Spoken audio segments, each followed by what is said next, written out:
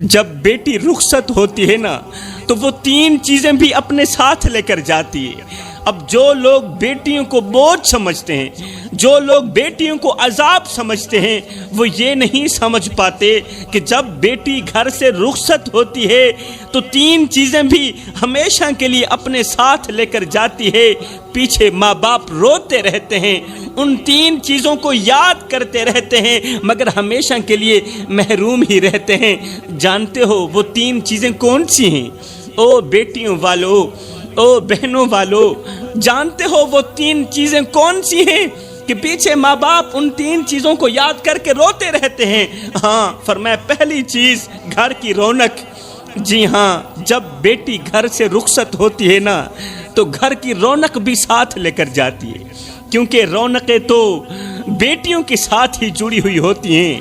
میرے بھائیو، دعا کیا کرو اللہ تعالیٰ بیٹی دے تو اس کے ساتھ نصیب بھی اچھے کرے، بیٹی کے مقدر بھی اچھے کرے، کیونکہ بیٹیاں تو سب کو مل جاتی ہیں مگر ہر بیٹی بھی اچھے نصیب والی نہیں ہوتی۔ آج بیٹی کے نصیب کی مٹی کالی ہو گئی، اس کے سونے کی چوڑیاں آگ کی زنجیریں بن گئیں۔ باپ نے سمجھا تھا کہ جس طرح یہ میری شہزادی ہے اسی طرح سسرال والوں کی بھی رانی بن کر زندگی گزارے گی، مگر ہائے سوئے ہوئے مقدر والی بیٹی تو گھر سے رخصت ہو گئی، سوئے ہوئے مقدر والی بیٹی تو گھر سے چلی گئی۔ باپ ہر شام بیٹی کے بچپن کی تصویر دیکھتا، رو کر کہتا میری بیٹی تو بڑے ہی نصیبوں والی، میری بیٹی تو بڑے ہی مقدروں والی ہے۔ مگر باپ کو کیا خبر تھی کہ سسرال کی دہلیز پار کرتے ہی بیٹی کے مقدر کی مٹی کالی ہو جائے گی۔ باپ کو کیا خبر تھی کہ جس بیٹی کے لیے وہ دلہن کا جوڑا لے کر آیا تھا آج وہی جوڑا بیٹی کے آنسوں سے گیلا ہو چکا ہوگا۔ اسے کیا خبر تھی کہ میری بیٹی ہر رات باپ کو یاد کرتی ہے اور کہتی ہے ابا تیری بیٹی ہار گئی، تیری بیٹی کے مقدر سو گئے۔ باپ نہیں جانتا تھا کہ جس بیٹی کو وہ رانی بنا کر رخصت کر رہا تھا وہ آج اپنے سسرال میں نوکرانیوں جیسی زندگی گزار رہی ہے، وہ ملازموں جیسی زندگی گزار رہی ہے۔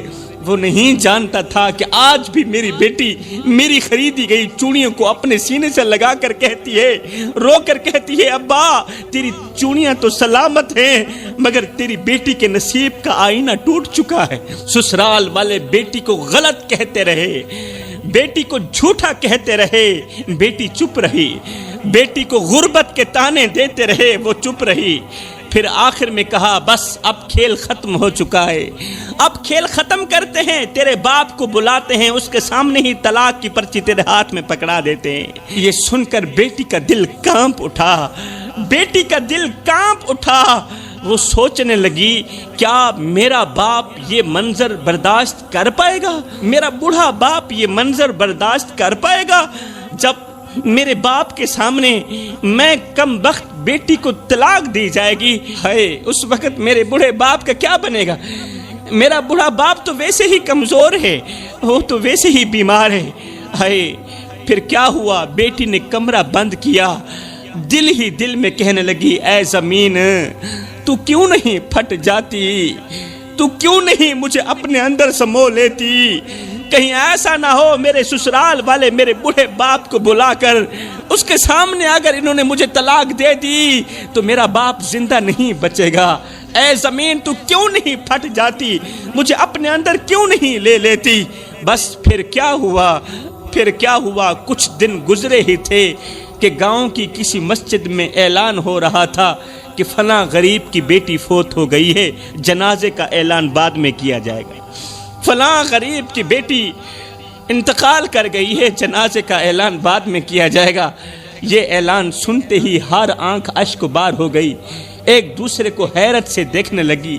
وہ بیٹی جسے کبھی باپ نے ہنسی خوشی دلہن بنا کر سسرال بھیجا تھا آج وہ بیٹی کفن میں لپٹی ہوئی واپس آ گئی۔ ہائے بیٹی کا خاموش چہرہ دیکھ کر باپ نے کہا او میری بیٹی میں نے تو تجھے شہزادی بنا کر بھیجا تھا مگر تو بوجھ بن کر واپس لوٹ آئی۔ بیٹی بتا تو صحیح تیرے باپ کے کمزور کندھے تیرا جنازہ کیسے اٹھا سکیں گے؟ یہ کانپتے ہوئے کندھے، یہ کمزور کندھے بیٹی کا وزن کیسے اٹھا سکیں گے؟ او میری بیٹی، لوگوں نے کہا تم مر گئی ہے، مگر کوئی یہ نہیں کہہ رہا کہ میری بیٹی کو مار دیا گیا ہے۔ میری بیٹی کو باتوں نے مارا، میری بیٹی کو تانوں نے مارا، میری بیٹی کو غربت نے مارا، میری بیٹی کو سسرال والوں کی باتوں نے مارا۔ ہائے بیٹی، مجھے معاف کر دینا، مجھے معاف کر دینا، تیرا باپ زندہ ہوتے ہوئے بھی کچھ نہ کر سکا۔ ہائے جی میں کو آن روایا ہائی، ایویں میں وانگوں پل پل روسیں، ایک واری رو کے تھک پوسیں، ول دل ڈکسیا ول ول روسیں، انہیں ڈکھڑے آن وڈیسیا کوئی، تو لا کندھیاں کو گل روسیں، بس شاکر فرق میں یاد دہے میں اجرو نہ تو کل روسیں۔ خدارا میرے بھائیو، کسی کی غریب بیٹی کو اتنا مت ستاؤ کہ وہ اللہ کے سامنے تمہارا نام لے کر رو پڑے۔ اگر ایسا ہو گیا تو یاد رکھنا تمہاری 7 نسلیں تباہ ہونے میں دیر نہیں لگے گی۔ میرے رسول کریم نے فرمایا مظلوم کی بد دعا سے بچنا، صحابہ، مظلوم کی بد دعا سے بچنا اور غریب کے ٹھنڈے سانس سے بچنا، مظلوم کا ساتھ دینا اور غریب کی مدد کرنا، اسی میں ہی تمہاری بھلائی ہے، ورنہ یاد رکھنا تم تباہ ہو جاؤ گے۔ تو فرمایا جب بیٹی گھر سے رخصت ہوتی ہے تو 3 چیزیں بھی ساتھ لے کر جاتی ہے۔ نمبر 1 گھر کی رونق، نمبر 2 گھر کی رحمت، کیونکہ بیٹی خود خدا تعالیٰ کی طرف سے رحمت ہے۔ جس گھر میں رحمت ہوگی، جس گھر میں بیٹی ہوگی وہاں رحمت ہوگی، جہاں رحمت ہوگی وہاں ہی رحمت کی بارش برسے گی۔ فرمایا نمبر 3 برکت، کیونکہ جہاں بیٹی ہوگی وہیں برکت ہوگی، جدھر کو خدا تعالیٰ کی یہ رحمت سفر کرے گی برکت بھی ادھر کو ہی ہوگی۔ بڑے ہی افسوس کے ساتھ کہنا پڑ رہا ہے میرے بھائیوں، آج میرے معاشرے کی بیٹی دن رات روتی ہے، آج میرے معاشرے کی بیٹی دن رات تڑپتی ہے، کیونکہ وہ تباہ ہو گئی ہے۔ وہ لڑکی جس نے جھوٹی محبت کے نام پر اپنی عزت کو داغ لگا دیا، وہ لڑکی جس نے ایک جھوٹے جملے پر اپنا سب کچھ قربان کر دیا۔ ایک آوارہ لڑکے نے بس اتنا ہی کہا تھا کہ تم مجھے بہت اچھی لگتی ہو اور میں تجھ سے محبت کر بیٹھا ہوں، مجھے تجھ سے محبت ہو گئی ہے۔ اس ایک جملے نے نہ جانے کتنی بیٹیوں کی عزتیں نیلام کر دی۔ اس ایک ڈائیلاگ نے کہ میں تجھ سے محبت کرتا ہوں، مجھے تجھ سے عشق ہو گیا ہے، اس ایک جملے نے کہ تو مجھے بہت اچھی لگتی، اس ایک جملے نے، اس ایک ڈائیلاگ نے نہ جانے کتنی بیٹیوں کی عزتیں نیلام کر دی۔ شروع میں تو باتیں صرف میسج تک محدود تھی۔ وہ دلہ اور گھٹیا ترین انسان کہتا تھا تمہارے بغیر میں نہیں جی سکتا، تمہارے بغیر میں مر جاؤں گا، تمہاری آواز مجھے سکون دیتی ہے۔ وہ دلہ اور گھٹیا ترین انسان کہتا تھا اے لڑکی تم میری زندگی ہو، تمہارے بغیر میں زندہ نہیں رہ پاؤں گا، تم بہت اچھی لگتی ہو۔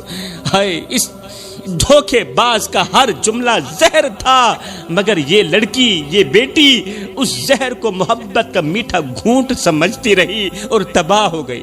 جب تک میسج پر بات ہوتی رہی تب تک تو کام ٹھیک ہی چل رہا تھا، مگر جب بات واٹس ایپ پر آئی تو محبوب نے کہا ویڈیو کال پر آ جاؤ، میں تمہیں دیکھنا چاہتا ہوں، تمہیں دیکھنے کو دل کر رہا ہے۔ شادی تو میں نے ہی کرنی ہے نا، اگر تمہیں دیکھ بھی لوں گا تو کیا ہو جائے گا، تم بے فکر رہو، تم میری ہو، آج بھی میری، کل بھی میری، صرف میری ہو۔ وہ نادان بیٹی نہیں جانتی تھی کہ یہ محبت نہیں، یہ عزت کی موت ہے۔ پھر وہ دن بھی آیا جب اس لڑکے نے کہا ہوٹل میں ملو، میں تمہیں غور سے دیکھنا چاہتا ہوں، شادی تو میں نے ہی کرنی ہے نا، میں کون سا تمہیں چھوڑ کے بھاگنے والا ہوں۔ جیسے کیسے یہ نادان لڑکی، ماں باپ کی عزت کی دھچیاں اڑانے والی لڑکی خوف کے مارے ہوٹل کے کمرے تک پہنچ ہی گئی۔ دروازہ بند ہوا، پھر کیا ہوا، وہ لڑکی چیخ چیخ کر کہہ رہی تھی یہ محبت نہیں، یہ دھوکہ ہے۔ اے اسلام کی مقدس شہزادیوں، یہ محبت نہیں، یہ دھوکہ ہے، میں ماری گئی، میں لوٹی گئی۔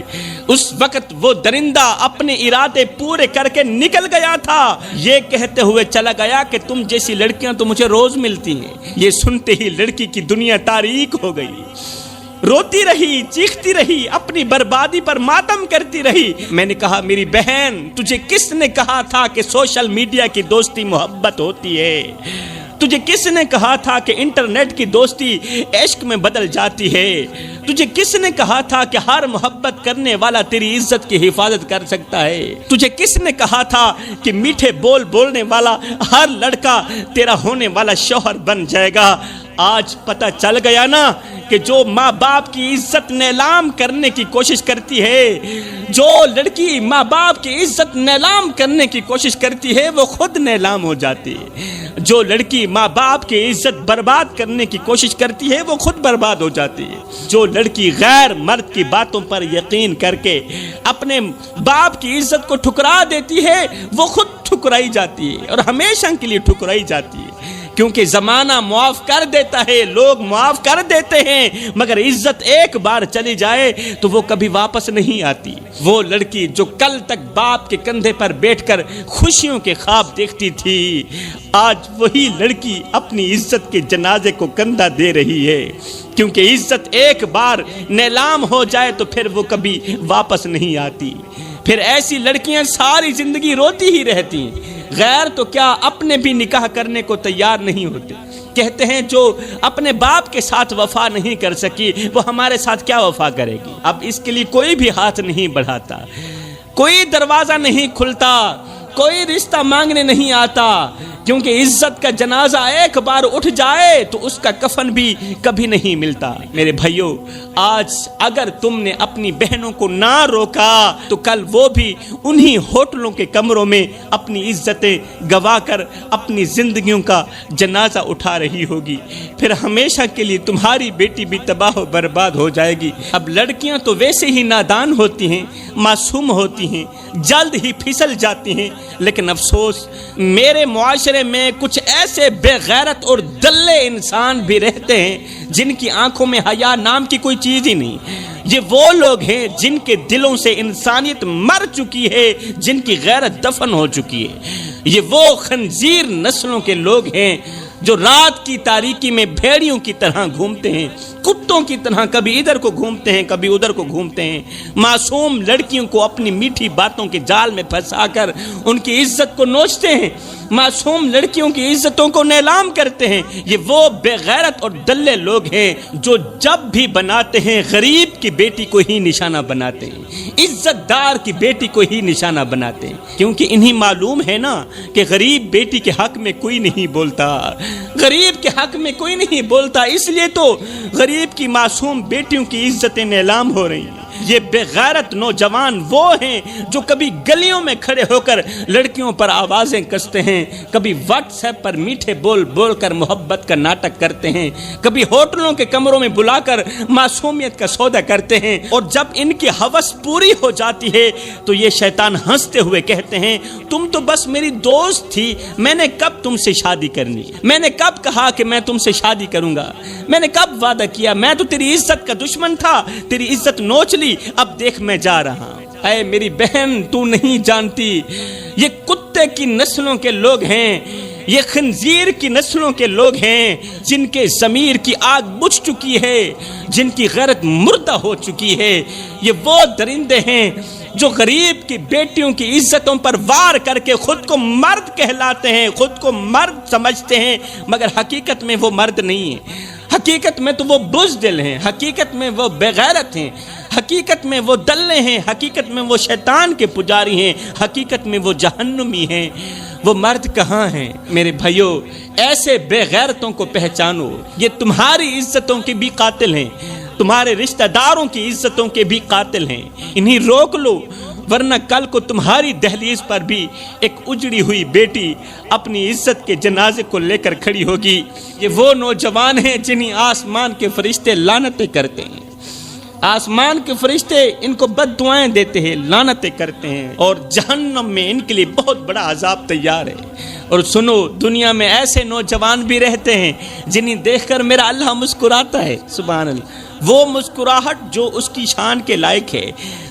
یہ بیٹھے زمین پر ہوتے ہیں، یہ نوجوان بیٹھے زمین پر ہوتے ہیں، ان کا چرچا عرش بنی پہ ہو رہا ہوتا ہے۔ جب یہ چلتے ہیں تو اپنی نظریں جھکا کر چلتے ہیں، سر اٹھا کر چلتے ہیں، ہاں، تاکہ کوئی دیکھے تو فوراً کہے یہ کسی عام کا بیٹا نہیں آ رہا، یہ تو محمد کے غلام کا بیٹا آ رہا ہے، جوانوں اس سے پہلے کہ آنکھیں بند ہو جائیں ابھی وقت ہے، توبہ کر لو، اللہ کے محبوب بندے بن جاؤ۔ میرے رسول کریم نے فرمایا میں اللہ کا حبیب ہوں، پھر فرمایا جو جوان جوانی میں توبہ کرتا ہے وہ بھی اللہ کا حبیب بن جاتا ہے۔ جوانوں آؤ نا اللہ کے حبیب بن جاؤ، اللہ کے دوست بن جاؤ۔ جب تم اپنی ساری زندگی مالک کے نام کر دو گے تو پھر وہ ساری کائنات تمہارے نام کر دے گا۔ یہ زندگی کے لمحے تمہارے اور میرے لیے غنیمت ہیں، انہی لمحوں میں کچھ کر لو، انہی لمحوں میں کچھ اکٹھا کر لو، انہی لمحوں میں خدا کی یاد اور محبت کے دیے اپنے دل میں جلا لو۔ معلوم نہیں پھر فرصت ملے نہ ملے، معلوم نہیں پھر یہ زندگی کے لمحے ملے نہ ملے۔ میں دعا کرتا ہوں اللہ ہمیں جلد از جلد توبہ کرنے کی توفیق عطا فرما، آمین ثم آمین، وما علینا الا البلاغ المبین۔